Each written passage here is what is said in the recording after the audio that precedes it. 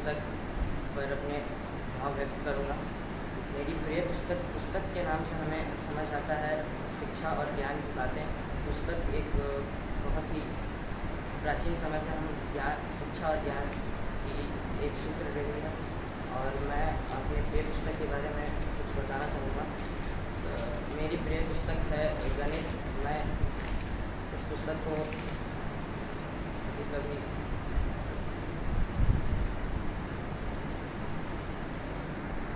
मैं इस पुस्तक को पसंद करता हूँ। मैं इस पुस्तक में बहुत सारी गणित संबंधी चीज़ें रहती हैं जो हम हल करते हैं और समझते हैं। प्राचीन समय से गणित के बहुत सारे जानकार हैं जो इन पुस्तकों को लिखा करते थे, और गणित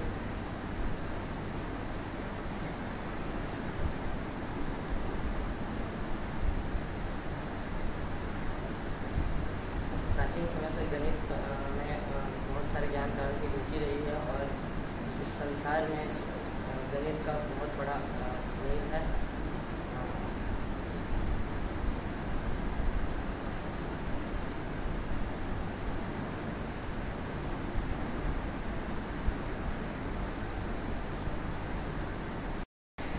सुप्रभात आदरणीय अध्यापकगण और मेरे प्यारे साथियों। मैं श्रद्धा चौबे कक्षा 10वीं सी के छात्र आप सभी के समक्ष अपने विचारों को प्रस्तुत करना चाहती हूँ, और मेरा विषय है भाग से श्रेष्ठ कर्म होता है। मेरे दृष्टिकोण से हमारा कर्म ही हमारे भाग्य को दर्शाता है। जैसा कर्म हम करेंगे वैसा भाग्य हमें अवश्य देगा, किसी न किसी रूप में, किसी न किसी फल में। अगर हम किसी का बुरा सोचेंगे तो हमारे भाग्य हमें उस स्थिति में और उस अगर हमने किसी के साथ बुरा किया है तो हमें भी उसका फल अवश्य मिलेगा। हमारे कर्म हमारे अच्छे और बुरे भाग्य को भी दर्शाते हैं। हमारा कर्म जैसा रहेगा, अगर हम अच्छे कर्म करेंगे तो भगवान हमें भी अच्छा फल ही देंगे, पर अगर हम किसी का बुरा सोचेंगे, किसी का बुरा करेंगे तो हमारे साथ भी अवश्य बुरा होगा। बहुत से ऐसे लोग हैं जो अभी भी अच्छे कर्म करते हैं, जैसे कि जो पुण्य काम करते हैं, मंदिरों में दान देते हैं, वो अपने अच्छे कर्मों को दर्शाते हैं, जिससे उनका भाग्य अच्छा होता है और फलफूल होता है। और जो लोग किसी का अच्छा ना सोच सकें, जो किसी की सफलता से चलते हों, जो तब उनके साथ भी बुरा ही होगा, क्योंकि वो अपने कर्मों से अपना भाग्य खुद लिख रहे हैं। मेरे हिसाब से इंसान अपना भाग्य खुद लिखता है अपने कर्मों से। जैसे उसके कर्म रहेंगे वैसे उसका भाग्य रहेगा। आदरणीय न्यायाधीश, माननीय शिक्षकगण एवं मेरे प्यारे साथी, मैं खुशी सिंह जो कक्षा 10वीं ब की छात्रा हूँ, और मैं आज इस आशु भाषण प्रतियोगिता में अपने विचारों को राष्ट्रभक्ति प्रकट करना चाहती हूँ। जैसा कि हम सब जानते हैं, राष्ट्रभक्ति वो नहीं जहाँ लोग एक दूसरे के धर्म के नाम पर लड़ते हैं।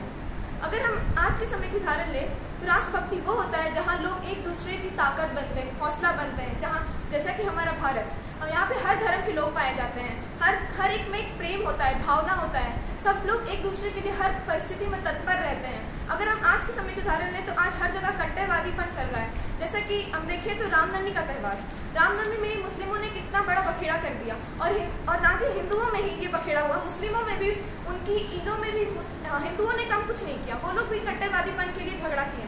लेकिन हमें समझना चाहिए कि आखिर राष्ट्रभक्ति होती क्या है, राष्ट्रभक्ति की भावना क्या है। अगर हम उदाहरण लें तो पहले के समय में ऐसे बहुत से लोग हैं जो मातृभूमि के लिए मर मिटने के लिए तैयार रहते हैं, हर समय तत्पर रहते हैं। अगर हम उदाहरण लें तो झांसी की रानी, वो राष्ट्रभक्ति के लिए हर समय तत्पर थी, वो अपना पूरा का पूरा जीवन हमारे देश, हमारे राष्ट्र के लिए समर्पित कर दी। और अगर हम मेरा असली मकसद ये है कि आपको ये बताना कि राष्ट्रभक्ति अगर हम अपने अंदर कैसे पैदा करें।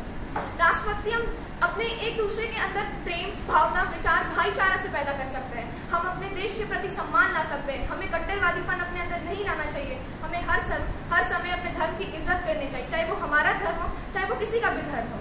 हमें धर्म की इज्जत सदैव करनी चाहिए, और हम ये बचपन से ही सीखते आ रहे हैं कि धर्म हमारे असली पहचान है, ना कि हमें कट्टरवादीपन दिखाना चाहिए।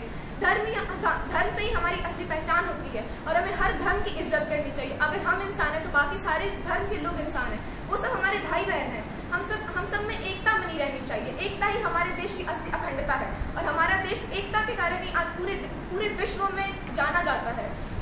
ये भारत एक ऐसा देश है जहाँ बहुत से लोग जन्म लेकर मातृभूमि के लिए हर समय मर मिटने को तैयार रहते हैं।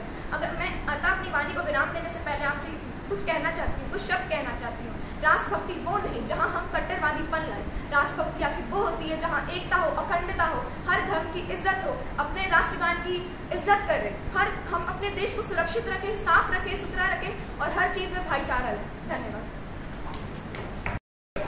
मैं शिवम राज पांडे, कक्षा 10वीं का छात्र, आज आपके सामने एक विषय के संबंध में कुछ प्रश्न अपना एक विचार प्रकट करने जा रहा हूँ, जिसका शीर्षक है योग व साधना का हमारे जीवन पर प्रभाव। हमारे जीवन पर योग व साधना का बहुत प्रभाव पड़ता है। इसे हम इस चीज़ से जान सकते हैं कि अगर एक व्यक्ति अपने जीवन में सफल नहीं है, अगर एक व्यक्ति अपने जीवन में कुछ चीज़ हासिल नहीं कर पा रहा है, तो उसका मस्तिष्क भटका हुआ है तथा उसे योग व साधना की जरूरत है। अगर वही वह अपने जीवन में योग व साधना का निरंतर प्रयत्न करे और अपनी जीवन शैली में उसे जोड़े, तो उसके जीवन पर बहुत प्रभाव पड़ सकता है। उसके जीवन से किसी भी कार्य में उसकी सफलता बढ़ेगी, किसी भी कार्य में वो और अच्छा करेगा। और योग व साधना से यही नहीं बल्कि और बहुत सारी चीज़ें हो सकती हैं। योग व साधना से मानसिक, शारीरिक अथवा आदि बहुत सारे मुश्किलों को हल किया जा सकता है। योग व साधना हमारे भारत की सांस्कृतिक रचना भी है, जिसके द्वारा बहुत सारे पंडितों व भक्तों को साधना करने में सहायता होती है। योग व साधना का हमारे जीवन पर प्रभाव इसलिए भी पड़ता है क्योंकि वह बहुत सारे मायनों में हमारी मदद करते हैं। जैसे किसी भी क्षेत्र में हम अच्छा करना चाहते हैं तो हम उस पर ध्यान लगाकर उसकी तरफ अग्रसर होकर उस पर और अच्छा करने की कोशिश कर सकते हैं। योग व साधना में और मैं यह कहना चाहूँगा कि योग व साधना हमारे देश का एक हिस्सा है, जिसके द्वारा हम और बहुत सी चीज़ें हासिल कर सकते हैं।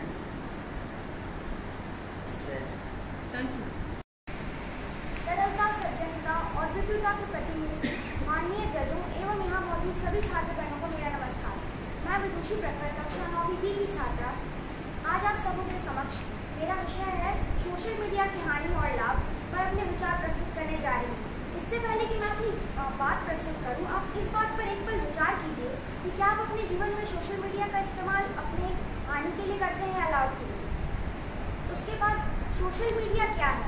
सोशल मीडिया से हम अपने विचार एक स्थान से दूसरे स्थान तक बड़ी सरलता से पहुंचा सकते हैं, लेकिन इसके बहुत सारे लाभ भी हैं। हम जैसे कि कभी भी कुछ घटना होती है हमारे देश में तो वो हमें तुरंत पता लग जाती है। इसका एक कारण है सोशल मीडिया। जब भी हम इसका इस्तेमाल करते हैं तो फिर हमें ये बात भी ध्यान में रखनी चाहिए कि हम इसे अपने लाभ के लिए इस्तेमाल करें, ना ही कि अपने हानि के लिए। जैसे कि आजकल के जो बच्चे होते हैं वो जब भी कुछ बात होती है तो फिर वो सोशल मीडिया का इस्तेमाल करते हैं, लेकिन वो अपने लाभ के लिए नहीं करते हैं। जैसे कि वो या तो जैसे कि बच्चे जब अपने लाभ के लिए इस्तेमाल नहीं करते हैं क्योंकि वो अपने दोस्तों के साथ फालतू में अपना वक्त ज़ाया करेंगे, इससे उनका बिल्कुल भी लाभ नहीं होता है। लेकिन सोशल मीडिया से हम इसका इस्तेमाल इस बात के लिए भी कर सकते हैं, जैसे कि बच्चे अगर पढ़ाई में ध्यान लगाना चाहते हैं तो वो अपने दोस्तों से संपर्क कर सकते हैं और उनसे पूछ सकते हैं किसी भी विषय पर, लेकिन ये हमारे लिए लाभदायक होगा। लेकिन अगर हम इसका इस्तेमाल हानिकारक रूप में करेंगे तो फिर ये हमारे लिए ठीक नहीं होगा। अंततः मैं यही कहना चाहूँगी कि सोशल मीडिया का इस्तेमाल हमें ध्यान से करना चाहिए। अगर हम इसका इस्तेमाल अच्छे से करेंगे तो हमारे लिए बहुत ही अच्छा है, लेकिन अगर हम इसका इस्तेमाल अच्छे से नहीं करेंगे तो ये हमारे लिए बहुत ही ज़्यादा हानिकारक हो सकता है। धन्यवाद। सुप्रभात आदरणीय शिक्षकगण और मेरे प्यारे दोस्तों। आज मैं अंकित कुमार रोशन कक्षा 10वीं A का छात्र हूँ। मैं आज आपके सामने कोरोना काल में जीवन के बारे में विचार व्यक्त करने जा रहा हूँ। कोरोना काल हमारे जीवन में 2 साल तक पूर्णबंदी लाई, जिससे बहुत लोगों की नुकसान हुआ, बहुत लोगों का फायदा भी हुआ। बहुत लोग मतलब इससे शिक्षा पर बहुत बड़ा प्रभाव पड़ा है। बहुत लोग अपने पढ़ाई में पीछे हो चुके हैं और बहुत लोग अपने घर खो चुके हैं। उनके पास पैसा ना रहा, रेंट पे रह ना पाए वो लोग। और कोरोना काल में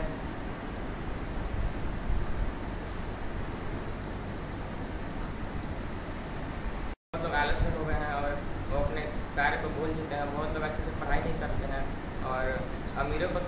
ही हुआ है, लेकिन जो गरीब लोग थे उनको इससे बहुत नुकसान हुआ है। और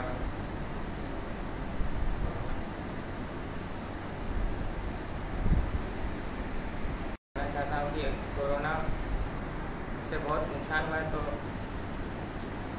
इससे हम अब लॉकडाउन खुल जाएगा तो इसे हम ठीक करने की कोशिश करें। धन्यवाद। न्यायाधीश महोदय, सुप्रभात आप सभी को।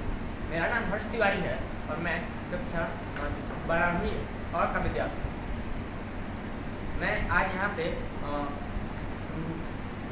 पे संगीत एवं मनोरंजन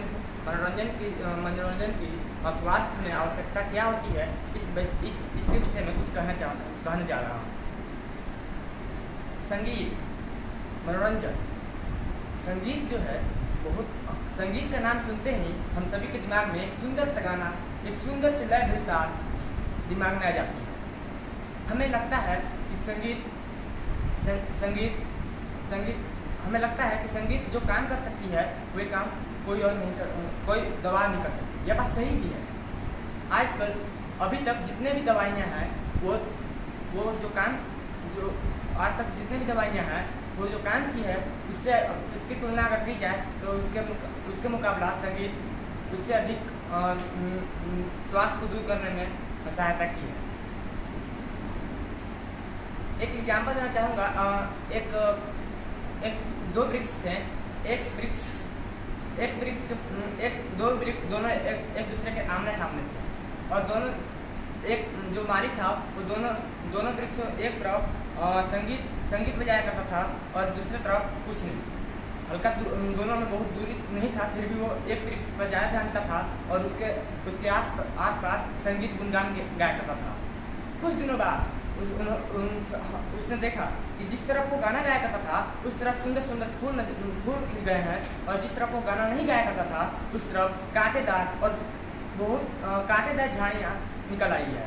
इससे साबित हो जाता है कि जो संगीत है वो हम लोग तो चाहते ही हैं, बल्कि पेड़ पौधों को भी बहुत उन लोग भी इसकी आवश्यकता महसूस करते हैं और उनका भी ये चाहत है। सुप्रभात, मैं प्रियंका और मेरा विषय है दोस्त से बड़ा कोई धन नहीं होता। आज के जीवन में एक ऐसा इंसान सबको चाहिए जो आपकी भावनाओं को समझ सके। आप कुछ कहें भी ना तभी भी आपके चेहरे के भावों को समझ सके। आज के जीवन में दोस्त पाना एक बहुत ही बड़ा बोलते हैं ना कि आप प्राप्त नहीं कर सकते हैं, वैसी चीज़ दोस्ती बन गई है। दोस्त बोलते हैं ना हम कि हमें जो भूतकाल है उसको वर्तमान से तुलना नहीं करनी चाहिए, लेकिन आज के समय में आपको लगता है कि आपको एक सच्चा मित्र मिल सकता है?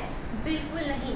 अगर मैं आपको उदाहरण दूं, अगर आपके पास बहुत सारा पैसा है तो आपके साथ बहुत लोग खड़े रहेंगे, आपकी मदद करने के लिए तैयार रहेंगे, लेकिन जैसे ही आप धीरे होते जाएंगे तो आपके साथ सारे लोग जितने भी हैं वो सब चले जाएंगे। इससे हमें क्या पता चलता है कि दोस्ती सिर्फ एक शब्द रह गया है, जबकि दोस्ती दिल से निभाई जाती है। आप जो चीज़ें अपने माता पिता से नहीं बता सकते हैं वो चीज़ अपने दोस्त से बता सकते हैं। ऐसी भावना होती है दोस्ती। हम बोलते हैं ना कि हर चीज़ के दो पहलू होते हैं, वैसे ही हर एक हानि होता है, एक लाभ भी होता है। हानि अभी की दुनिया में ना दोस्ती जो भावना जो दिल को छू जाती है, जो हमें इतना ज़्यादा दुनिया से परिचित कराता है। अगर आप वैसे बच्चे हैं, अगर आप बहुत ज़्यादा अकेले रहते हैं, आप अपने आप को खोते जा रहे हैं, आपको उस स्थिति में एक दोस्त की ज़रूरत है। उस स्थिति में आपके माता पिता आपको समझा ज़रूर सकते हैं, लेकिन आपको उस तरीके से सिर्फ आपका दोस्त ही समझा सकता है। दोस्ती को सिर्फ हम धन क्या है, हम दोस्ती को सिर्फ एक शब्द से नहीं तुलना कर सकते। दोस्ती धन से सर्वोपरि है और हमें दिल से दोस्ती निभानी चाहिए। धन्यवाद।